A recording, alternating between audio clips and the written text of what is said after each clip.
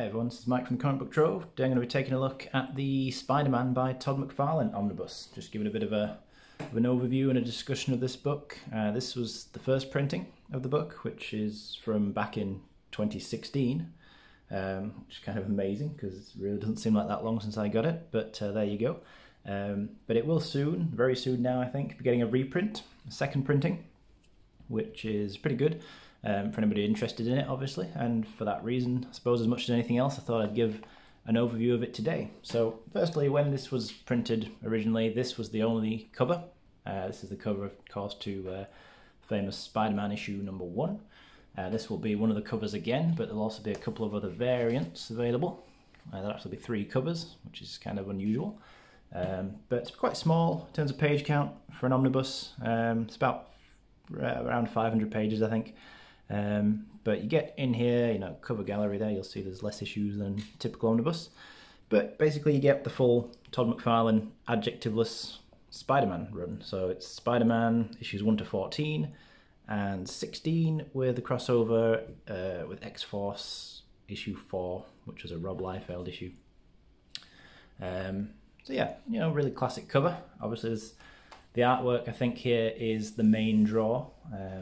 If you're not familiar with this run already, I will just say straight away that the strongest point is the McFarlane artwork. So if you are a Todd McFarlane fan, this is a good book to have for that reason alone.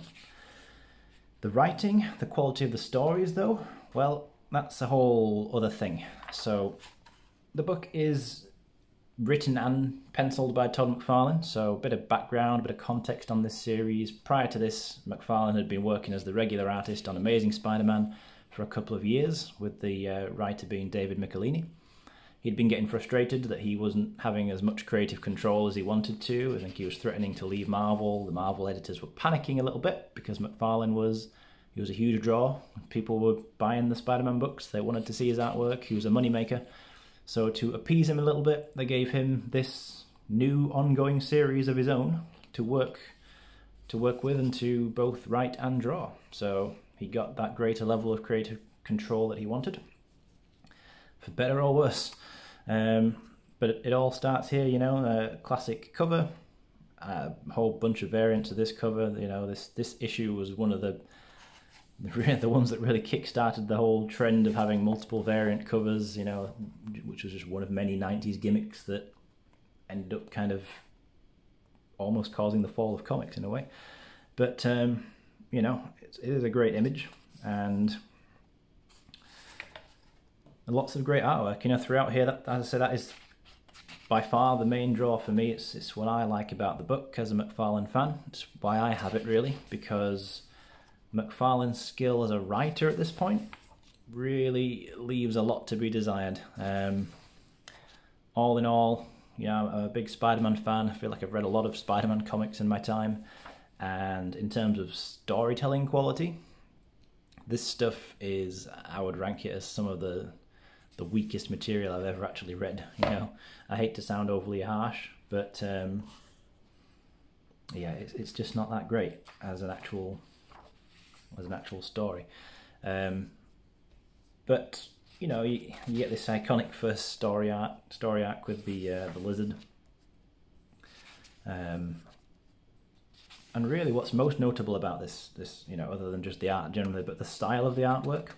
Because if you compare the look of this book throughout this entire run, I mean these 14 issues or so, and then compare this to McFarlane's artwork that he'd done on Amazing Spider-Man, there's a much darker tone to these stories. Like, the art literally looks darker, there's more dark colours, but it also just looks kind of creepy. It's got an eerie, creepy feel to it, which, you know, in images like this, like a particularly horrific looking lizard, like the lizard looks more like a monster in these stories than he ever did in the past up to this point. And it, you know, it really is a kind of brutal, no holds barred fight that goes down between Spidey and the lizard in this story. But just in general, I think it's just a little bit more, I suppose, graphic, you could say, for want of a better word. And I think it probably was the darkest story the darkest looking sort of story arcs that Spider-Man had been involved in up to this point. But it's interesting because that it almost works as a sort of creative prelude for McFarlane, given that the next thing he would go on to work on after this, after doing this, he'd leave Marvel along with the other Image co-creators and start working on Spawn. And I really think that you can see how he would go on to draw Spawn is very much kind of on show here. You could tell he was moving towards that kind of style. And I think, you know, his work on here kind of just laid the groundwork for how he would then go on to do Spawn. So it is a very kind of unique Spider-Man era, just because, you know, I think it looks even more unique than the Amazing Spider-Man stuff. Now, I personally prefer that style on Amazing Spider-Man. That run in general, I think, is better, which I think is enormously helped by the fact that McFarlane is a better writer than McFarlane is, at least at the time that McFarlane was writing this. You know, it's just some of the dialogue. I'm not going to pinpoint anything specifically now in this video, but there's just certain lines that are just kind of like really cheesy, sort of, I don't know, really cheesy like movie lines. You know, if you think of any kind of late 80s, you know, 90s kind of cheesy action film, it's full of dialogue like that. Stuff that you can just tell McFarlane just thought it was cool, but that doesn't necessarily mean it's really in character for Spider-Man or for these other characters to speak like that. But it's, you know, it's entertaining enough. But, you know, like I say, for me, the storytelling is in this case, it's pretty much secondary, because I just think it's a really, really cool kind of visual experience to read through these issues, or perhaps more specifically, to look at these issues. Might be a better way to describe it based on what I'm saying. But pages like this, you know, absolutely just beautiful stuff. You know, but for me, McFarlane is one of the all-time great Spider-Man artists. And you get a lot of that great artwork in here for sure. So, you know, I think it is it's something that's worth checking out if you have an interest. Weird little mark there. And you get plenty of characters, you know, like you get Ghost Rider popping up. This particularly, you know, there's a theme going on. You had a particularly monstrous looking lizard, monstrous looking hobgoblin here. All these stories really do have a kind of a strong horror theme to them. There's about 4 story arcs in here, I think, all in all. This one's probably my favourite. Again, still very much horror themed. This one features the Wendigo. There it is. Which is, you know, one of Marvel's kind of classic monsters. And the Wendigo has a bit of a history with the other key character who guest stars in this issue. Talking about this guy here, Wolverine. I think this is one of the direct market options for the new printing this time around when the book's going to get released. Could be wrong on that. But anyway, Wolverine guest stars in these issues, and as far as I'm aware, it's the only time McFarlane ever really drew Wolverine, at least for interior artwork of a series, not including posters or covers or whatever. So it is cool to see. I always thought nobody draws faces quite like McFarlane does. You know, there's just kind of this very unique way that he draws people, faces in particular. Can't quite put my finger on how best to describe it, but it's almost sort of caricature-ish in a way, slightly.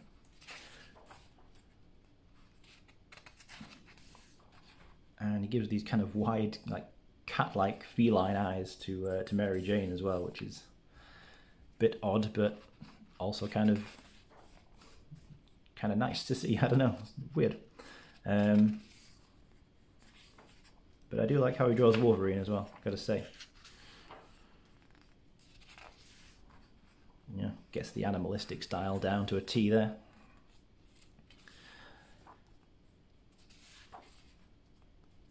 But you know, lots of great artwork. That's really the key. That's, if I can emphasize one point, as if I haven't already, I think I have at this point. But it's just the artwork. Like, you know, there's just lots of great pages of beautiful artwork. I feel like this series would almost work better if there was just no dialogue in it. If this entire run had just been McFarlane just drawing these pages, and it had been like a silent comic, or at least just like minimal dialogue. If he'd kind of done, I don't know, done it more like almost like a kind of gimmicky style like that. If he'd done it as more of a visual story, like a purely visual story. I don't know. Just thinking aloud. But I feel like that wouldn't have really hurt it much if that had been the case. In fact, it may well have made it better.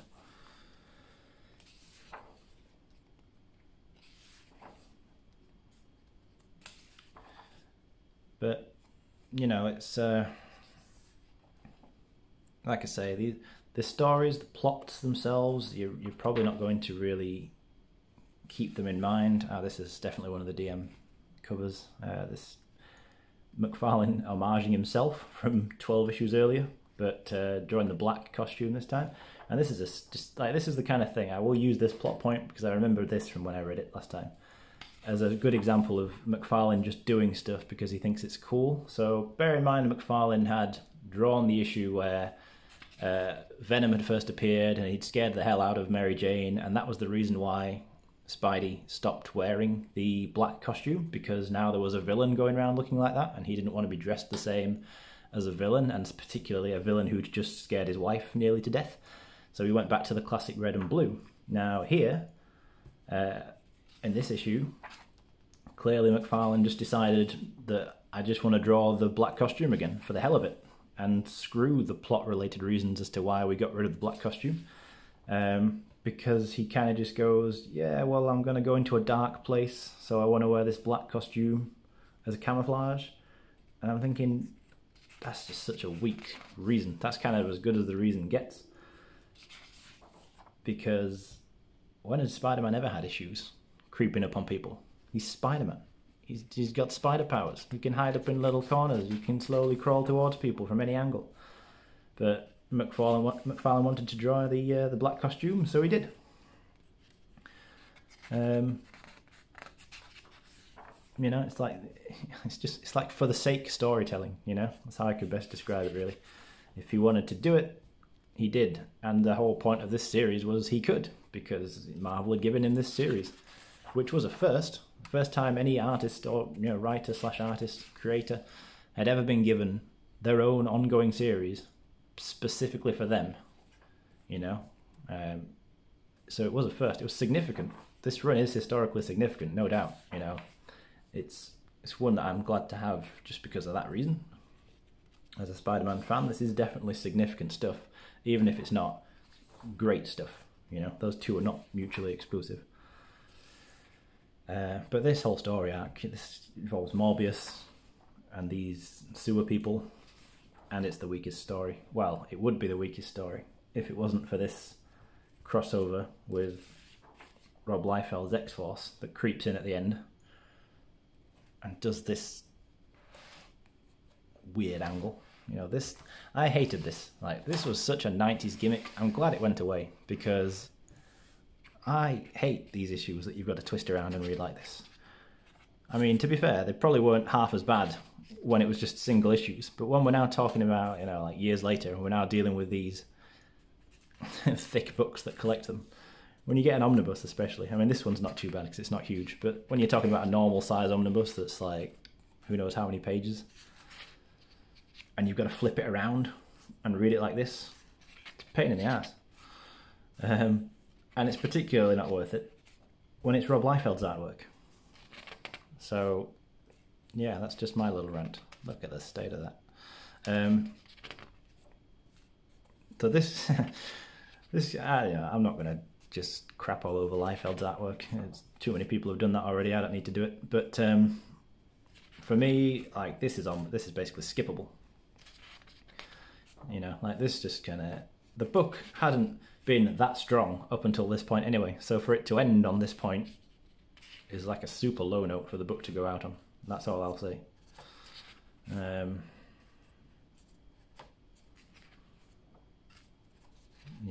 mean, turn the book right side round again, thank God. But the back, the extras though, are pretty cool because it's just full of these variant covers that I mentioned. There's so many of these. So this is nice, just because you get you know, a lot of art and promo stuff.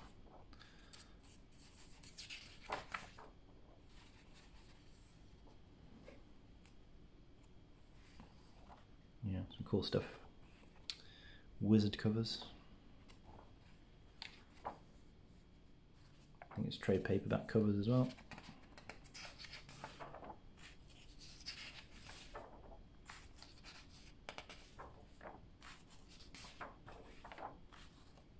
Modern recolorings.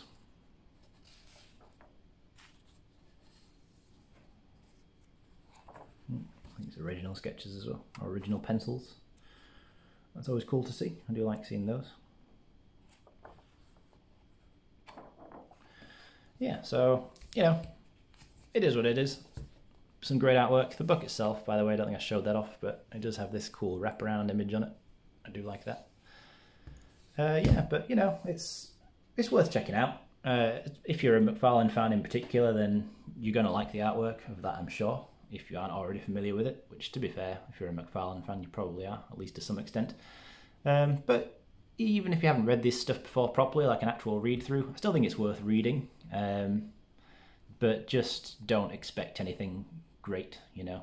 If, for example, you've read the Amazing Spider-Man run that McFarlane worked on with Michelini, and you hadn't read this, you'd probably find, well, I would imagine you'd find that you'd prefer the Amazing Spider-Man stuff, because I just think that that is generally better. But anyway, like I say, I'm not writing this off, I'm not saying it's bad, it's just not great, and I wouldn't want anybody buying this book to be buying it thinking they're going to get something that's groundbreaking. It's just really not. But anyway, you know, thanks for sticking with me as always, thanks for watching the video, hope it was of use to you, of interest in some way, and yeah, I'll hopefully be back soon with another video.